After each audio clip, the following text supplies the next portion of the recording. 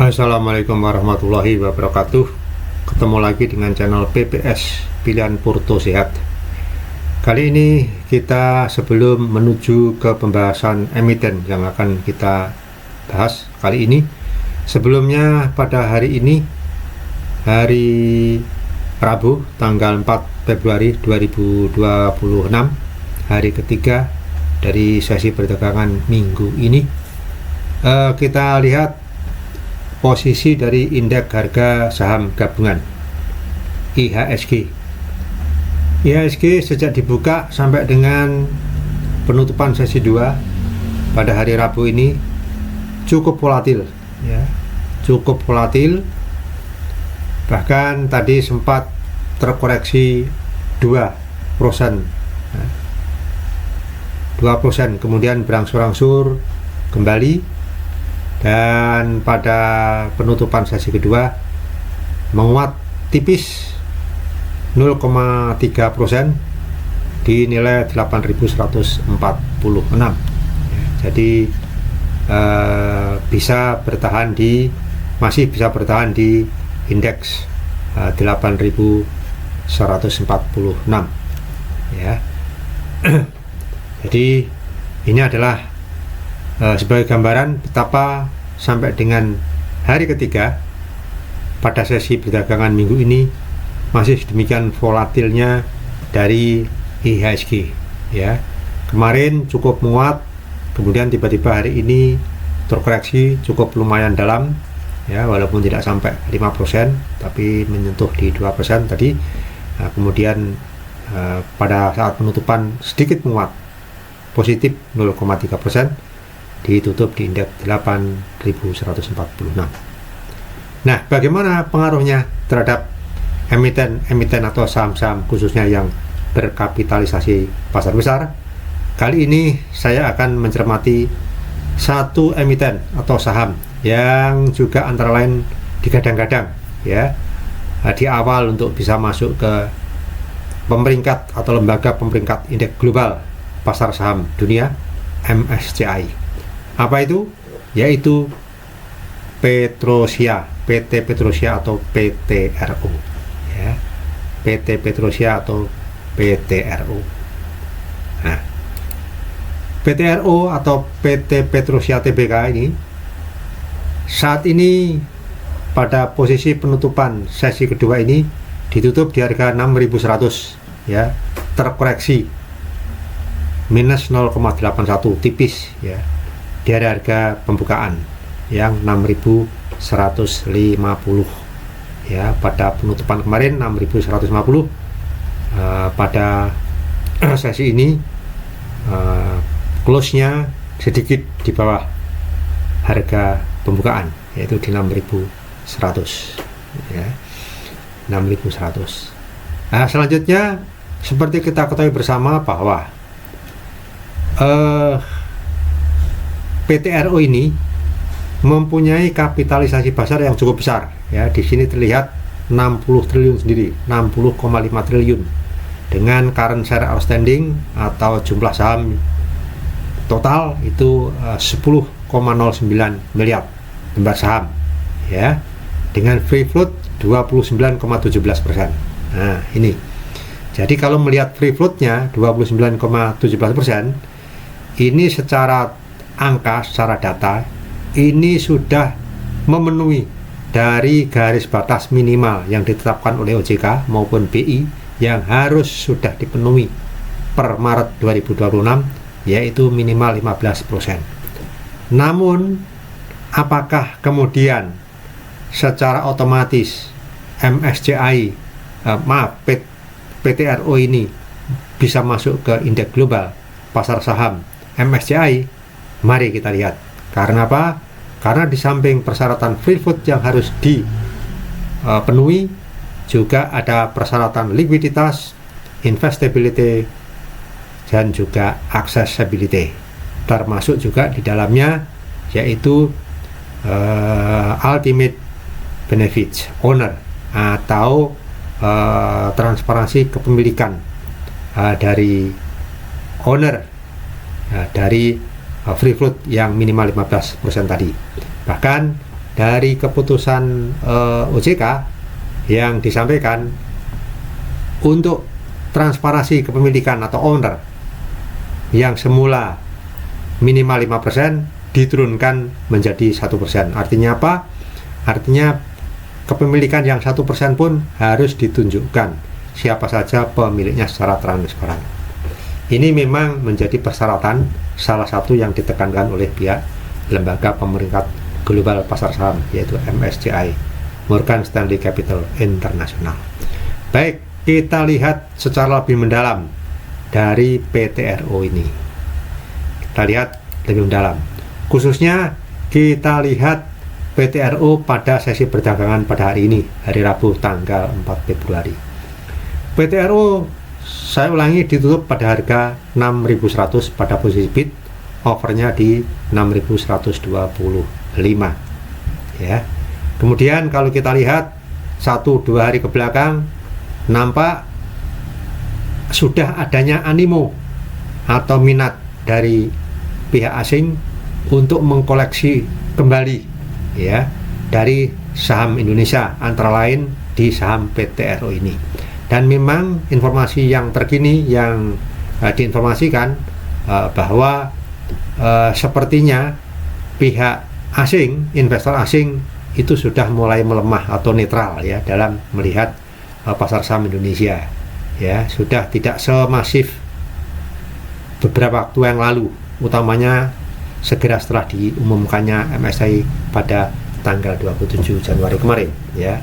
Ini sudah terlihat memang ya selama 2 hari terakhir ya, itu sudah ada pihak asing yang mengkoleksi dengan net sell ya 2 hari berturut-turut mulai dari tanggal 2 dan 3 Februari. Namun kemudian pada hari ini nampaknya terjadi outflow kembali, namun akan kita lihat besok ya bagaimana. Tetapi ini hal yang wajar ya. Nanti untuk detailnya akan kita lihat ya bagaimana chart atau market structure daripada PTRO ini lebih lanjut ya. Tapi paling tidak sudah ada tanda-tanda positif dari pihak MSCI, dalam hal ini adalah investor asing, untuk melihat kembali ya potensi dari saham-saham utamanya yang saham big capital ya, atau big capital market ya. Baik, kita kembali kepada bedah analisa data PTRO hari ini. Trade booknya memang masih nampak ya bahwa ada tekanan jual, dan itu memang terkorelasi dan tervalidasi dari adanya outflow dari pihak asing ya, di mana paling tinggi nilai transaksi 73,2 miliar itu di posisi harga 6.100, yaitu pada posisi penutupan ya. Dan ini kelihatannya sedikit melebar ke bawah, artinya tekanan jual masih terjadi selama satu hari perdagangan ini ya. Kemudian kita lihat siapa saja yang melakukan outflow ya, maksud saya melalui broker atau sekuritas apa saja yang menjadi pipe dari PTRO ini untuk melakukan transaksi jual beli. Baik, dari sini nampak AK yaitu UBS, BK, JP Morgan, kemudian Mandiri. Selebihnya adalah biasanya dari lokal, yaitu antara lain dari Stockbit, kemudian dari Mirai, dan ini dari Ajaib ya.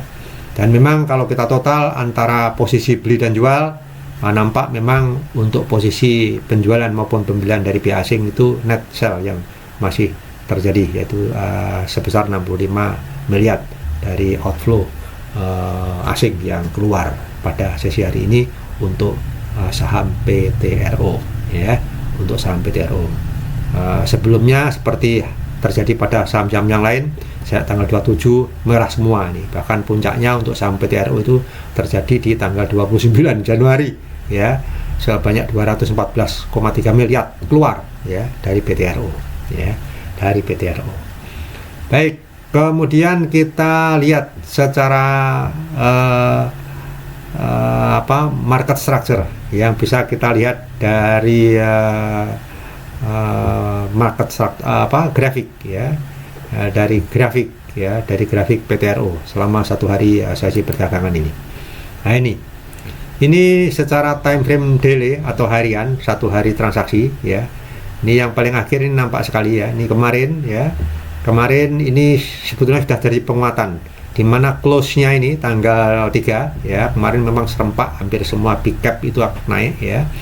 Naik posisinya, artinya hijau semua ya. Dan ini nampak salah satunya juga dialami oleh PTRO ya, di mana close-nya itu lebih tinggi daripada open-nya ya. Dan kalau kita lihat di sini posisi sudah di atas rasio Fibonacci 23% ya, posisinya saat kemarin closing ya, saat kemarin closing. Dan nampak juga pada posisi kemarin itu tidak langsung lanjut, tetapi berhenti pada posisi harga tertinggi di harga 6.375 kemarin posisinya. Nah, kemudian pada tanggal 4 Februari hari Rabu ini di sini terjadi pelemahan tipis pada saat closing, yaitu di mana closing price itu lebih rendah daripada opening price-nya, yaitu selisihnya Rp50 dari harga pembukaan 6.150, kemudian ditutup koreksi sedikit di bawahnya 6.100 ya. Bahkan tadi jam setengah 4-an tadi ini masih terlihat doji, artinya kekuatan jual dan beli masih sama-sama kuat. Jadi close dan opennya itu sama, tetapi kelihatannya sedikit lebih kuat dari tekanan jualnya, sehingga saat closing dia 50 poin lebih rendah daripada saat openingnya, harga pembukaannya.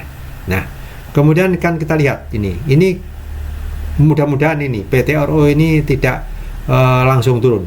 Soalnya apa? Soalnya kalau kita lihat dari pencapaian harga tertinggi yang pernah dicapai oleh PTRO, yaitu pada tanggal 15 Januari, yaitu beberapa hari, seminggu lah kurang lebih sebelum terjadinya gonjang-ganjing MSCI memberikan keputusannya ya, itu sempat mencapai harga tertinggi di harga 13.000 PTRO ini. Luar biasa ya, luar biasa ya.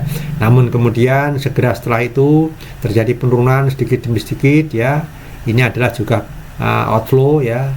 Kemudian pada tanggal 22, nah ini saya nggak tahu 22 ini memang sudah kroso atau tidak, ini saya nggak tahu. Tapi yang jelas kalau melihat candlestick atau badan lilinnya ini sepenuhnya itu bearish engulfing ya, atau Marubozu. Semuanya mulai dari atas sampai ke bawah itu merah merona. Ini satu indikasi kuat bahwa pada tanggal itu terjadi outflow atau penjualan masif dari market maker maksud saya. Soalnya kalau yang jual tingkat retail itu tidak seperti ini. Salah satu indikator bahwa melakukan penjualan ya, itu adalah terjadinya candlestick yang merah merona dari mulai awal sampai akhir. Jadi penuh ini ya. Ini bisa dikatakan close-nya itu ya, itu ada di low paling rendah ya, sementara opennya itu di posisi tertinggi. Jadi ini benar-benar satu batang ini benar-benar dipenuhi warna merah bearish ya. Ini jelas-jelas ini kerjaannya market maker. Pertanyaannya ketika itu apakah ini sepenuhnya dari outflow asing? Kita nggak tahu ya. Ini bisa kita lacak di broker maupun di ya terutama brokernya. Tapi saya rasa ini sudah terjadi outflow asing yang sudah demikian masif. Nah, apalagi kemudian berikutnya juga demikian ya, apalagi setelah terjadi berita ya terjadinya keputusan dari MSCI. Namun nampaknya kalau kita lihat dari jejak yang ditinggalkan, tanggal 29 Januari terjadi penguatan setelah ARB ini terjadi penguatan, tetapi tidak berlangsung lama, sehari kemudian turun lagi, dan pada 2 hari yang lalu ya itu terjadi lagi outflow yang luar biasa dari ya. Kemudian kemarin jadi peningkatan, kemudian hari ini. Tapi secara keseluruhan kalau kita lihat dari awal nilai harga tertinggi sampai dengan saat ini masih bearish ya. Masih bearish. Belum ada tanda-tanda ya yang memberikan signal potensi terjadinya pullback atau balik harga. Ini grafik ya, berdasarkan data yang kemudian digambarkan dalam grafik ya. Ini nampaknya ini benar-benar bearish. Karena apa? Karena betul-betul harga itu tidak mampu ditahan ya oleh harga atau support yang terkuat sekalipun, ya, terkuat sekalipun. Bahkan untuk Fibo 38,2 pun itu diterjang, ya, diterjang. Dan ini memang satu kondisi yang luar biasa dan sepertinya tidak cukup efektif. Hipotesa atau technical analysis itu bekerja secara efektif ketika ada berita atau news yang demikian besar, ya, air bah, ya, demikian besar, sehingga terjadi masif outflow yang demikian besar, sehingga tidak begitu. Tetapi harapannya dengan semakin membaiknya kondisi, ya, mudah-mudahan exhausted atau kelelahan dari outflow asing itu sudah terjadi dan kembali pada posisi normal, ya. Dan satu ditandai tadi saya sampaikan sudah adanya inflow dari investor asing. Mudah-mudahan posisi normal pun akan terjadi. Dan ini tadi barusan juga ada berita, ya, bahwa koreksi yang terjadi di IHSG itu juga tidak beda-beda jauh dengan kondisi indeks pasar saham yang ada di Asia, ya, yang di Asia itu tidak beda-beda jauh. Artinya memang di level Asia pun juga terjadi koreksi yang more or less the same, ya, mirip dengan yang terjadi di indeks harga saham gabungan Indonesia, ya, di Indonesia.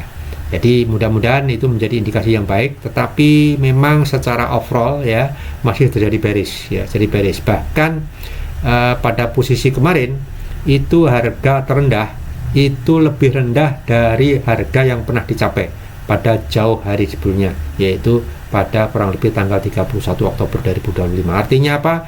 Artinya sudah bukan terjadi lagi higher low, tetapi sudah mengarah ke atau kelewat mengarah ke lower low, ya, lower low. Nah, inilah yang kita khawatirkan untuk emiten atau saham PTREO. Jangan-jangan ini, ya, mudah-mudahan tidak, tetapi ini menjadi sebuah kewaspadaan kita, karena sekali lagi sebagai seorang trader itu bukannya cuan dulu yang dipikirkan, tetapi risiko yang harus diantisipasi, ya. Kalau rugi, berapa kerugian yang bisa kita tanggung, ya, urusan keuntungan itu nanti. Tapi kalau sampai rugi, longsor itu berapa yang kita kuat tanggung, ya. Soalnya ini itu sudah sampai pada level rasio Fibonacci yang rendah, ya, 23,6%. Setelah itu maka zero, ya. Zero itu artinya apa? Artinya pada lantai dasar ketika garis Fibonacci itu ditarik, ya. Nah, yang kita khawatirkan ketika besok tidak mampu pullback, ya, justru malah terjadi tekanan jual yang tinggi, ya, maka yang terjadi adalah dia akan breakout di 23,6%, dan nanti kalau itu berketerusan wassalam, maka dia akan menuju ke yang lebih rendah lagi. Ya, ini yang kita khawatirkan. Nah, mudah-mudahan tidak. Mudah-mudahan berita baik segera terjadi dan news-news yang mengindikasikan bahwa asing sudah mulai melemah tekanan jualnya itu akan terjadi.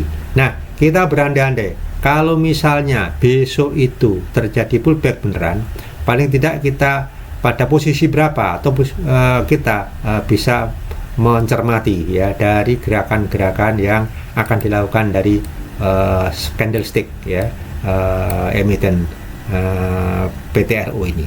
Yang jelas dia saat ini, ya, itu pada posisi 6.100. Kalaupun dia pullback, maka dia pasti akan menuju ke resisten yang paling dekat yang dia sendiri buat pada hari ini, yaitu pada harga 6.300 atau 6.380-an, ya. Kemudian kalau itu jebol, dia baru akan menuju kepada lantai atap berikutnya, ya, yaitu di harga 7.100-an atau 7.085-an itu. Nah, kita jangan berpikir yang lebih tinggi lagi, karena untuk mencapai pada rasio 38,2 dan itu sama dengan sekitar harga 7.085-an, itu juga bukan hal yang mudah, mengingat posisi closing saat ini juga masih hampir-hampir sama kuat, ya, dengan posisi belinya, ya, itu. Nah, kemudian kalau toh itu misalnya terjadi false pullback, ya, maka dia akan balik. Maka yang harus kita cermati adalah pada posisi harga di 5.475-an, ya, di harga ini, ya. Di harga ini kita harus sudah keluar atau lebih lebih konservatif lagi, di harga terendah yang terjadi pada hari ini itu kita harus mungkin kalau intraday kita lakukan trading besok, maka kita harus keluar. Tapi sekali lagi ini juga tergantung dari daya kuat dari kita semua untuk kita memberikan risiko, ya, risiko berapa persen, ya, masing-masing orang beda-beda tergantung dari besar kecilnya RDN. Tetapi sekali lagi semua trader siapapun mengingat volatilitas yang masih cukup tinggi, ya, di IHSG, dan pasti itu juga dampak dari volatilitas masing-masing emiten terutama yang berkapitalisasi besar. Itu juga menjadi kewaspadaan tersendiri bagi para trader. Jangan sampai kita kemudian membuang aset kita atau uang kita percuma, ya, percuma. Jadi kita memang harus waspada dulu, ya. Risk management, money management menjadi yang utama dan pertama yang harus kita pikirkan. Nah, itu ya, karena ini risikonya ini kalau sampai ini breakout di rasio 23,6, ya, maka potensi untuk kalau mendelosor ke bawah akan menjadi semakin besar. Dan itu artinya menuju ke landasan, ya. Nah, sekarang kita berandai lagi. Tadi saya singgung di awal, ya, bahwa kalau kita kaitkan dengan MSCI dan kalau keinginan atau minat dan memang direncanakan PT RO ini nanti masuk ke lembaga pemeringkat global pasar saham MSCI, maka kira-kira itu pada harga berapa? Ya, harga berapa? Karena kalau dilihat dari sisi persyaratan free float-nya itu sudah memenuhi, karena free float PT RO saat ini itu sudah di 29,17. Nah, ini di 29,17 ini saat ini, posisi saat ini, ya, itu artinya sudah di atas dari 15%.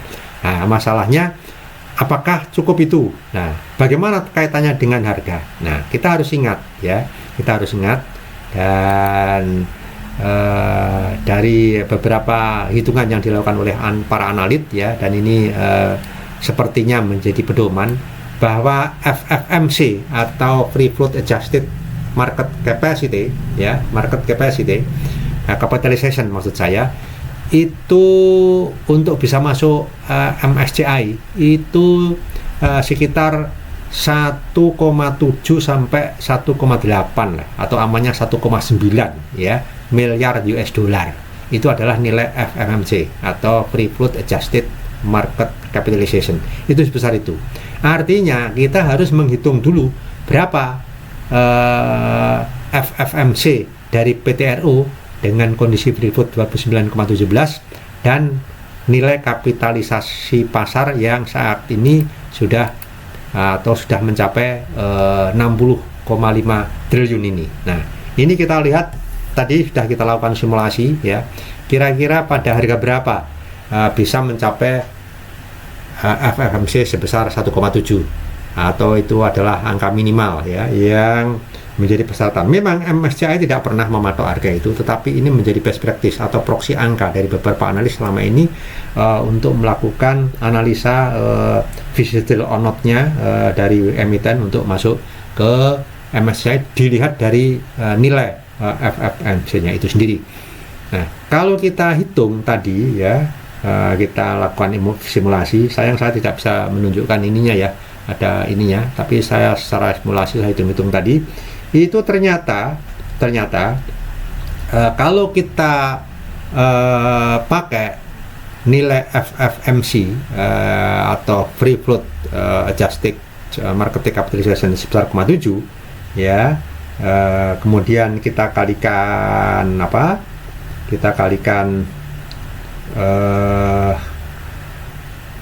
harga kurs dolar ke rupiah yang saat ini kita asumsikan 16.600, maka itu akan senilai 28,22 triliun, kurang lebih 28,22 triliun, ya. Kemudian kita hitung posisi saat ini seperti apa, ya, dari market capital, ya, karena FFMC itu sebetulnya hasil dari perhitungan market cap dari kali free float-nya itu sendiri. Nah, kalau free float-nya itu 29,17, itu artinya 0,2917 kali market cap-nya kurang lebih 61 atau 60 sekian, sehingga ketemu 18,02 triliun, ya, 18,02 triliun, ya. Padahal tadi untuk bisa mencapai, ya, mencapai 1,7 FFNC, maka diperlukan 28,2 triliun. Artinya apa? Artinya pada posisi harga saat ini itu belum bisa memenuhi nilai FFMC sebesar 1,7 miliar US dollar ya. Nah, kira-kira kalau kita hitung balik FFMC senilai 28,22 triliun ya, setelah kita kalikan kurs 16.600, itu kira-kira pada posisi harga berapa? Nah, itu kurang lebih pada harga 9.585. Jadi kalau kita lihat dari posisi harga saat ini itu masih cukup rendah ya. Jadi masih harapannya bisa ada range bisa lebih tinggi lagi ya. Kita masih bisa berharap untuk naik ya. Ini sekali lagi ini hanya dari sisi FFMC ya. Padahal ada persyaratan yang lain yang tadi saya sampaikan, likuiditasnya, accessibility-nya, investability-nya, liquidity-nya. Ini dari sisi hitung-hitungan matematis dari proksi angka yang bisa digunakan sebesar 1,7 miliar US dollar untuk FFMC-nya. Yaitu harganya itu baru nanti nyampe kalau harganya itu sekitar 9.584. Artinya apa? Ada potensi kenaikan yang cukup signifikan. Bahkan kalau kita lihat di Fibonacci-nya, harga 9584 itu ada di atas sedikit dari rasio 61,8. Sementara saat ini itu masih dekat-dekat dengan rasio di bawah, yaitu 23,6. Apalagi kalau besok amit-amit ya terjadi breakout ke bawah, maka ya masih diberi diskon harga lagi gitu. Masih diberi diskon harga lagi untuk bisa mencapai pada posisi harga bisa masuk dalam FFMC-nya MSCI itu. Jadi di satu sisi kita ada kekhawatiran akan longsor menuju ke landasan, tapi di sisi lain ada potensi keuntungan lebih ya, karena kita akan mendapatkan harga yang lebih rendah lagi ya, untuk nantinya jika ini masuk atau digadang-gadang tetap dicalonkan menjadi masuk dalam peringkat MSCI, itu posisi harganya bisa range-nya itu menjadi lebih lebar ya, menjadi lebar. Itu artinya kita masih bisa berharap mendapatkan cuan lebih banyak ini. Tetapi memang tidak langsung naik ke atas, pasti ada fase-fase yang harus dilewati. Paling tidak ada proses higher high, higher low sampai mencapai pada posisi harga yang memang sesuai dengan proksi angka yang biasa dipakai, yaitu 1,7 miliar US dollar. Nah, mungkin itu yang bisa saya singgung sedikit tentang potensi risiko maupun potensi cuan dari PTRO. Oleh karena itu mengapa saya tertarik ya untuk mengkaji dan menelaah lebih jauh tentang PTRO ini, karena paling tidak PTRO ini bisa kita jadikan sebagai salah satu contoh dari big capital emittent ya, big market capital emittent yang saat ini sudah mempunyai free float di atas 15%. Mungkin itu yang bisa kita sampaikan. Sekali lagi, disclaimer on, ini bukan ajakan beli maupun jual, semata-mata hanya merupakan pembelajaran bersama, kajian bersama. Silahkan Anda untuk meneliti lebih lanjut ya, terutama risiko itu yang harus dipikirkan lebih dulu.